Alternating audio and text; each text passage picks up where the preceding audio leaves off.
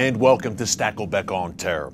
Well, President Obama just wrapped up a tour of the Middle East, which included his first visit as president to Israel. He met with Prime Minister Netanyahu, saw the sights, and of course, called for the establishment of a Palestinian state. The Palestinian people deserve a state, he said. Really? Why? What have the Palestinians done to deserve or earn a state other than unleash wave after wave of genocidal terrorism against Israel? First of all, the concept of a Palestinian people didn't even exist until the 1960s, when Yasser Arafat helped create one of history's greatest myths, that the Jewish people stormed ancient Palestine and forcibly evicted the defenseless Palestinians from a land that had been Arab from the dawn of time. It was even worse than the Holocaust. That's what pro-Palestinian rabble-rousers tell us. And the media and the so-called international community have swallowed the lie hook, line, and sinker. So is President Obama. Newsflash, Mr. President. I know that in your infamous Cairo speech in 2009, you basically suggested that the Jews were only in Israel today as a result of the Holocaust. I'm here to tell you that there has always been a Jewish presence in the land of Israel. Always. Even after the Romans destroyed the Second Temple in the year AD 70 and the majority of Jews were scattered to the ends of the earth, a Jewish remnant always remained in the land. By the 1880s, Jerusalem once again had a Jewish majority. Imagine that. Israel is the ancestral homeland of the Jewish people and has been for 4,000 years. Check the history books. Check the archaeological finds, and yes, check the Bible. 4,000 years. That's how long the Jews have been in the land of Israel. The Palestinians? Put it this way. Throughout history, can you name one, just one, Palestinian emperor or king or prime minister or explorer or a great Palestinian biblical figure? Maybe you're a Palestinian conqueror? Oh, I'm sorry. There are none, because there never was a Palestinian people in that land. Now, some Arabs did live there, absolutely, but there weren't a lot of them. And they never referred to themselves as Palestinians. As a matter of fact, before the Jews returned and resettled the land miraculously, Israel was pretty much a malaria-ridden wasteland, and not much of anyone lived there. Although there was that pesky Jewish presence, always. Now, once the Jews returned in large numbers around the turn of the 20th century and made the deserts bloom, like the Bible said they would, droves of Arabs from the surrounding countries magically showed up looking for work. The Jews kindly gave them work, and the Arabs stayed. More kept coming. All of this happened in the 20th century. It's a very recent phenomenon. The descendants of those Arabs today call themselves Palestinians. And by the way, Israel was only known as Palestine because the Roman Emperor Hadrian gave it that name in the 2nd century AD. Why did he give it that name? Well, in Latin, Palestine is translated Philistia, the Philistines. Remember them? The ancient biblical enemies of Israel? Hadrian renamed the land of Israel Palestine, or Philistia, on purpose, to insult the hated Jews and to blot out their memory, as if they never existed in that land. And that is what the so-called Palestinians would like to do to the Jews today. There you have it, Mr. President. You know, during Obama's stay in Israel, he encouraged an audience of Israeli students to put themselves in the Palestinian shoes. Well, maybe next time the president could ask the Palestinians to put themselves in the shoes of an Israeli mother who lost her son to a Palestinian suicide bomber in Jerusalem, or a father in Sderot who lost his daughter to a Palestinian rocket barrage. Or maybe he could have asked poor, occupied, downtrodden Palestinians to put themselves in the shoes of Adva Batan. She's a 2-year-old Israeli girl who's currently in critical condition after she and her family were brutally attacked by a mob of rock-throwing Palestinians. It seems little Adva was guilty of being a Jew in the Jewish biblical heartland of Samaria. Funny, President Obama didn't mention Adva during his trip to Israel. He also didn't mention a recent threat by Iran's supreme leader to destroy the Israeli cities of Tel Aviv and Haifa, or Iran's threats to attack America. I recently talked to my friend Reza Khalili about that. He's a former member of Iran's Revolutionary Guards Corps who worked as a double agent for the CIA inside the Iranian regime. Reza has great sources on the ground inside Iran who tell him that America, the great Satan, has an Iranian regime bullseye on its back. After the 2006 Hezbollah-Israeli war, one of the commanders of Revolutionary Guards in the inner circle of the force mentioned in Iran that after then they started increasing the forces in the U.S. for the ultimate confrontation. The calculation has always been that they will drag on the nuclear talks for as long as they can, and that if by any chance the U.S. should lose patience or support Israel in an attack or gets involved in an attack, then there would be forces present and established within the homeland in America to conduct terrorist activities. Well, Dr. Matthew Levitt is a top expert on Iran and its proxy Hezbollah's war on America. Dr. Levitt is based at the Washington Institute for Near East Policy, and his new book is called Hezbollah, the Global Footprint of Lebanon's Party of God. I sat down with him recently to talk Hezbollah, Iran, and what's coming. Take a look. Well, Dr. Levitt, you've talked about a 2010 strategic decision between Hezbollah and Iran. Tell us about that decision and how that had ramifications for the West and for America in specific. Hezbollah had already been trying to carry out an attack against the Israelis to avenge the death of Imad Mughniya, their arch-terrorist, who was killed in February 2008, and who they blamed the Israeli for that. But they kept failing.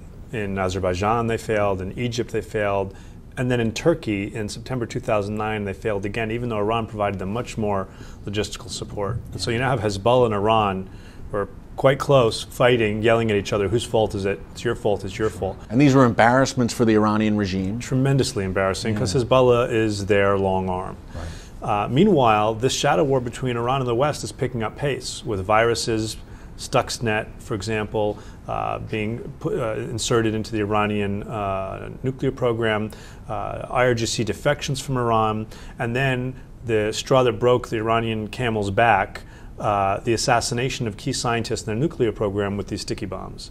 And in January 2010, Dr. Mohammadi, one of the key scientists, is killed, and the Iranians now decide that's it.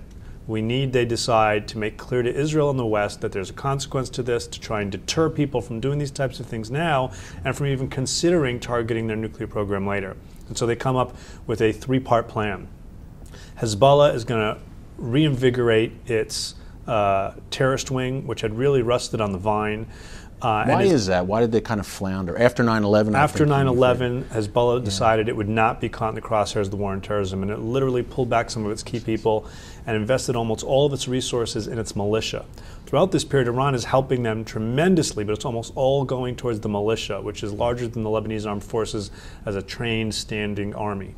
Now you have today a situation where senior U.S. government officials say that on a given day, of the top 3 things that are being briefed to the president and others in the counterterrorism realm, at least 1, sometimes 2, or even 3 are not just the Sunni al-Qaeda type of terrorism, but the Shia Iran Hezbollah type of terrorism as well. Wow, and that is a major development to see Iran and Hezbollah move so far up the ladder.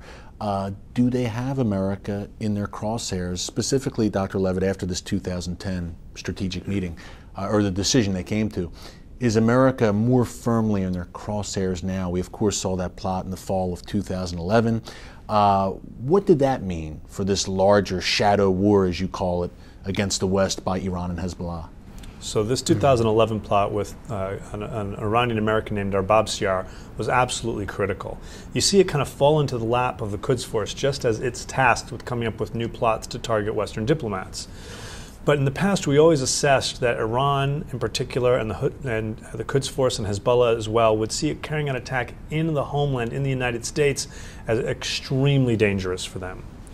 Here, we see that the Quds Force decided it wouldn't be too far a stretch to carry out a bombing targeting the Saudi ambassador in a downtown Washington, D.C. restaurant that is known to be frequented by U.S. senators in the middle of the day. And so the Director of National Intelligence has stated publicly in congressional testimony that it's the assessment of the U.S. intelligence community that at least some decision makers within Iran, possibly including the Supreme Leader, is the way he put it, no longer see carrying out an attack within the U.S. as crossing some type of red line in response to the various things they see us as doing. And so it's changed the whole calculus. So they don't fear the potential blowback as much as they used to, obviously. Why is that? Why I think they now? do. I think they fear the blowback, but the thing for Iran, and the thing for Hezbollah too, as their proxy, is reasonable deniability.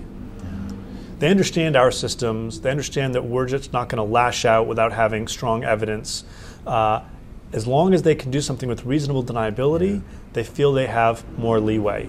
I think that the Arbab-Share plot actually backfired on them a little bit. It showed them to be not quite as capable as some people had thought. A lot of their plots have been kind of, keystone cops. Coming up, more with Dr. Matthew Levitt. Stay tuned. Attention sleep apnea patients. Are you tired of the expense and hassle of getting your CPAP and BiPAP supplies? Are you fed up with dealing with ill-fitting, leaking, or worn-out masks and straps? Are you worried about the effects that unsanitary tubes, cushions, and filters have on your health? If you said yes to any of these questions, Allied Medical Supply Network has the solution to your problems. You could qualify to have your supplies regularly delivered right to your door at little or no cost to you. That's right, no more inconvenience, no worn-out masks and straps, no more unsanitary equipment, just restful sleep. Call Allied Medical Supply Network today to determine if you may qualify to receive your fresh, brand-name supplies at little or no cost. Don't delay. Call us now to see if you are eligible to save money on regular delivery of your CPAP and BiPAP supplies. Call 1-800-815-9947. That's 1-800-815-9947. Or go to cpapsupplyhelpline.com. Announcing an important breakthrough in healthcare that can benefit everyone. If you or anyone you love needs affordable health insurance, regardless of a pre-existing medical condition, call Quick Insurance 123 today and get the immediate relief you deserve. Quick Insurance 123 was created to provide affordable health insurance to all uninsured Americans, with or without pre-existing conditions. This is not a discount card. This is a real insurance program that lets you choose from many affordable health plans, with access to doctors, hospitals, emergency services, and more. So call the number on your screen now and get the health coverage you need just for calling. As a special bonus, we'll send you a free prescription savings card that could save you up to 85% on your prescriptions. That's right, you could save up to 85% on your prescriptions just for calling. Call Quick Insurance 123 to find out how you can get affordable health insurance and receive your free prescription savings card just for calling. Don't wait. Getting a free quote is as easy as 1, 2, 3. Call today.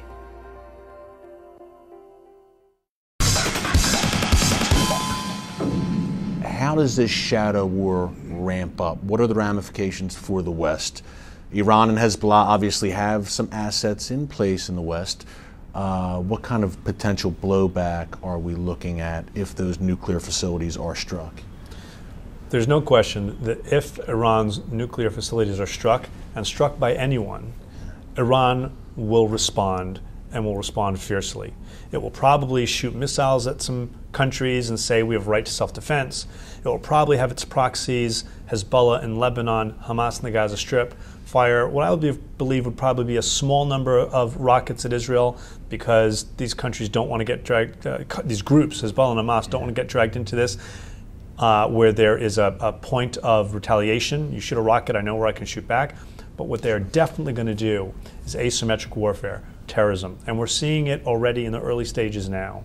And so I think embassies, consulates, synagogues.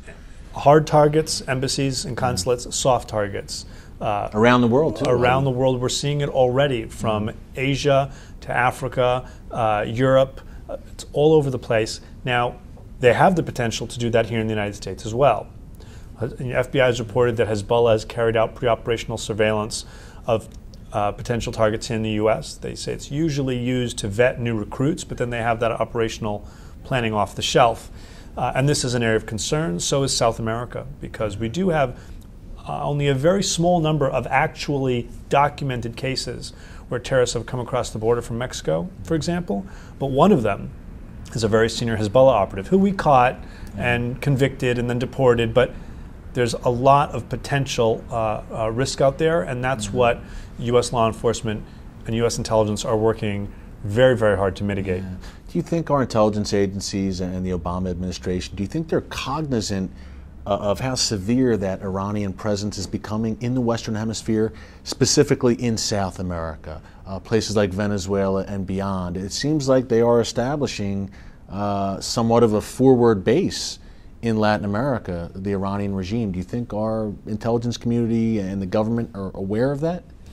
You know, what the good news message here is that on the counterterrorism and intelligence levels, you know, the people we have in government are true professionals. They're not Democrats, they're not Republicans, however they vote. And that's a constant.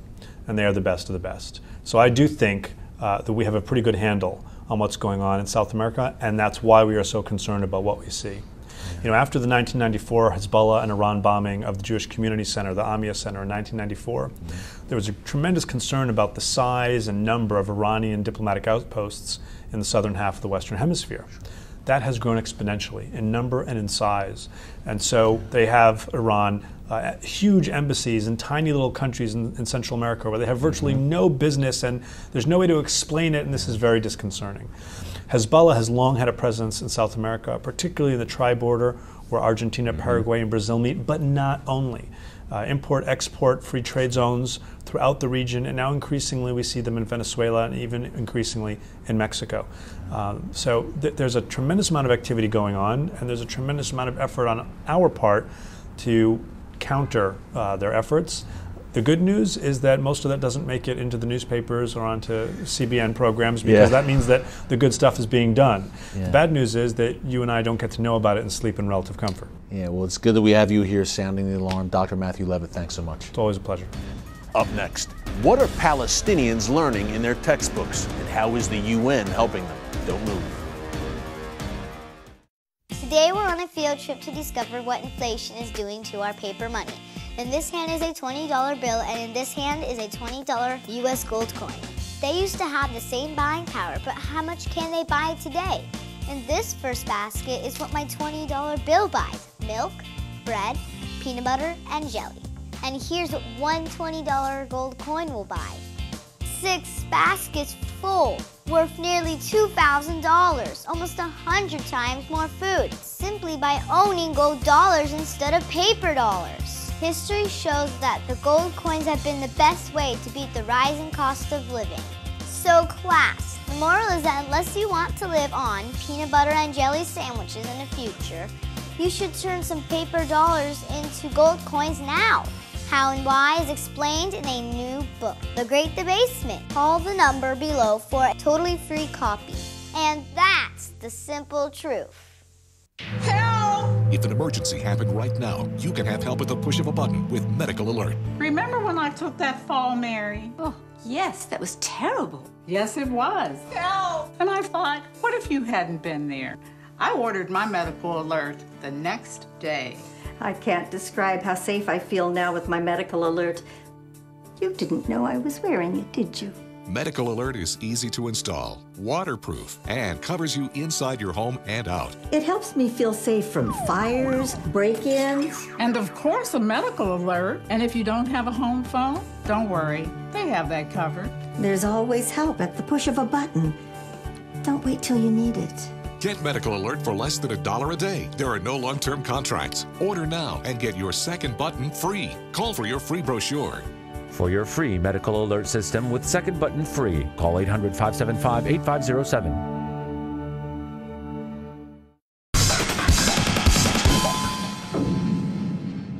And welcome back. Well, David Badin is the president of the Center for Near East Policy Research in Jerusalem. His organization recently produced a crucially important 30-minute documentary called Inside the UNRWA Classroom. Now, the film portrays the United Nations Relief and Works Agency, or UNRWA, as an organization dedicated to inciting Palestinian extremism. That's right, the UN, funded in large part by American taxpayers. And as David's film documents, this is all happening through the Palestinian educational curriculum, schools, and refugee camps. Take a look.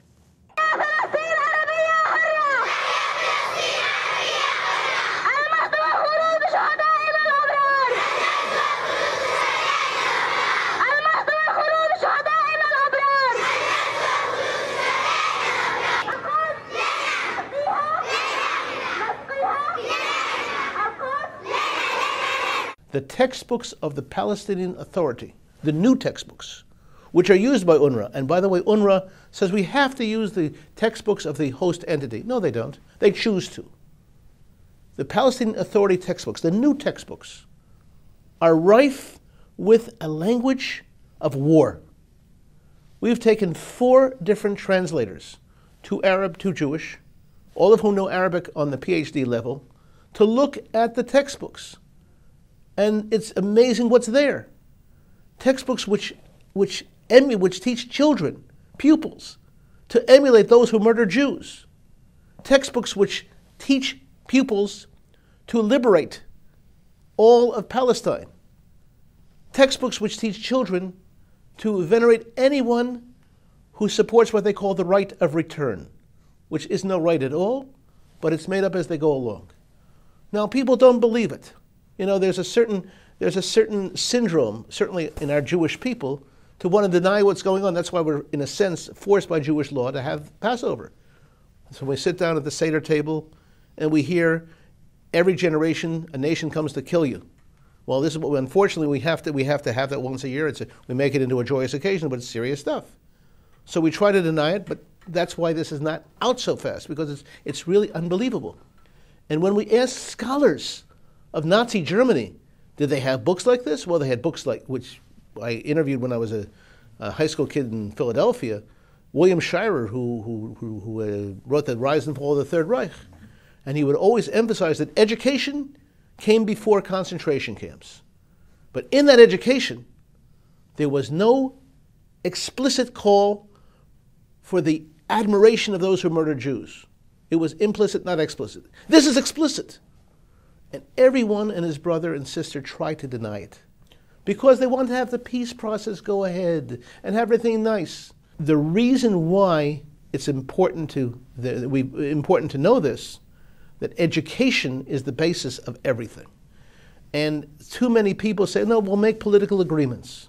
However, when our agency films in the UNRWA facilities, which are under the aegis of the Palestinian Authority, and we show this to be happening. We actually show the children in Nazi-like salutes, and we show the children being inculcated with the idea that their homes are not in Judea, Samaria, Gaza, but their homes are, you've noticed that they've been bombing Beersheba, Ashkelon, Ashdod, the maps that we have. We show that Ashdod, Ashkelon, Beersheba are the places that they call illegal settlements. Let's give some facts here. Our agency met with, on 4 occasions, the Palestinian Minister of Education, who made it clear that there's a joint curriculum between the Palestinian Authority, Hamas, and UNRWA. The same books are learned. And the other area that we're currently studying is the Palestinian Armed Forces, which include Hamas. The American government is financing them to finance Hamas, but they already include Hamas. On December 20th, 1995, almost 18 years ago, Fatah and Hamas signed a joint working agreement. And there's been various stages. There's something called the Mecca Accord. It's gone back and forth. But basically, it's a unified front with, again, a lot of friction because there's different versions. But what we have also, and this I learned from the papal delegate in Jerusalem, that the Palestinian Authority adopted an Islamic constitution based on the Sharia law, not the Sharia law in Morocco and Tunisia, which accept other religions, not the Sharia law in Iran, which accept other religious minorities, but the Sharia law in Saudi Arabia, where there is no juridical status for anyone but Islam. And that has been adopted by the Palestinian Authority which some people think is secular. Coming up, some final thoughts from David Badin. Stay tuned. When you're driving along and your cell phone rings, do your eyes instantly go off the road? Then you need to get a grip. Hi, David Jones here with the new GripGo, the most versatile hands-free mount that will instantly grip any phone for safe driving. Just attach the suction cup to your windshield or dash, and GripGo grabs your phone ultra fast. Then it peels right off. And don't worry, there's no sticky residue left behind. The 360-degree pivoting mount allows you to always get the perfect viewing angle. It's even strong enough to grab and hold this expensive smartphone out the window. Yet it comes right off with ease. That's the advantage of GripGo. You can get the amazing GripGo with dashboard mount for only $14.95. We'll send you a second kit free. Just pay separate processing and handling. Get 2 complete GripGo systems for just $14.95. To order GripGo for $14.95 plus processing and handling, call 1-800-709-5259 or order online at getgripgo.com. Jim is 38, mortgage, married, 3 great kids. He wants to protect his family with a $500,000 term life insurance policy. What do you think it'll cost him? $100 a month? 60? 40? Actually, none of the above. Jim can get a $500,000 policy from a highly rated insurer for under $19 a month. His secret? SelectQuote. SelectQuote is impartial. They'll comparison shop the pick of insurance companies like these to give you a choice of your best prices. SelectQuote has great savings on term life for women, too.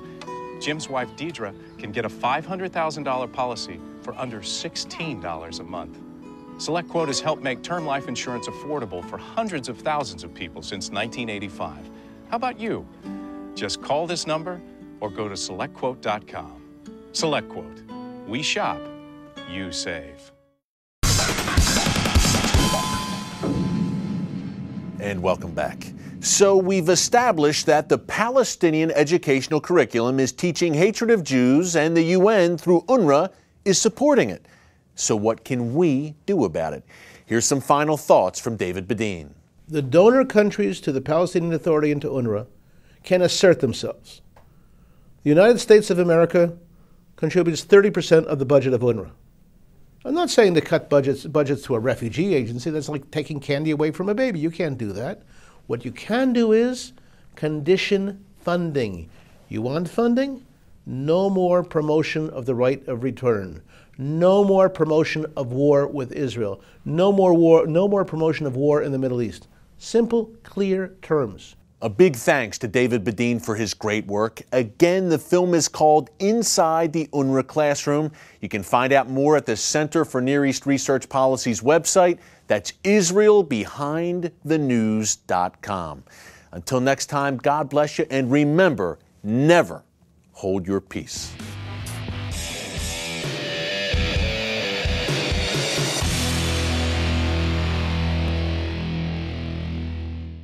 Remember to check out the Stakelbeck on Terror blog at cbnnews.com 24/7 for the latest on these and other stories.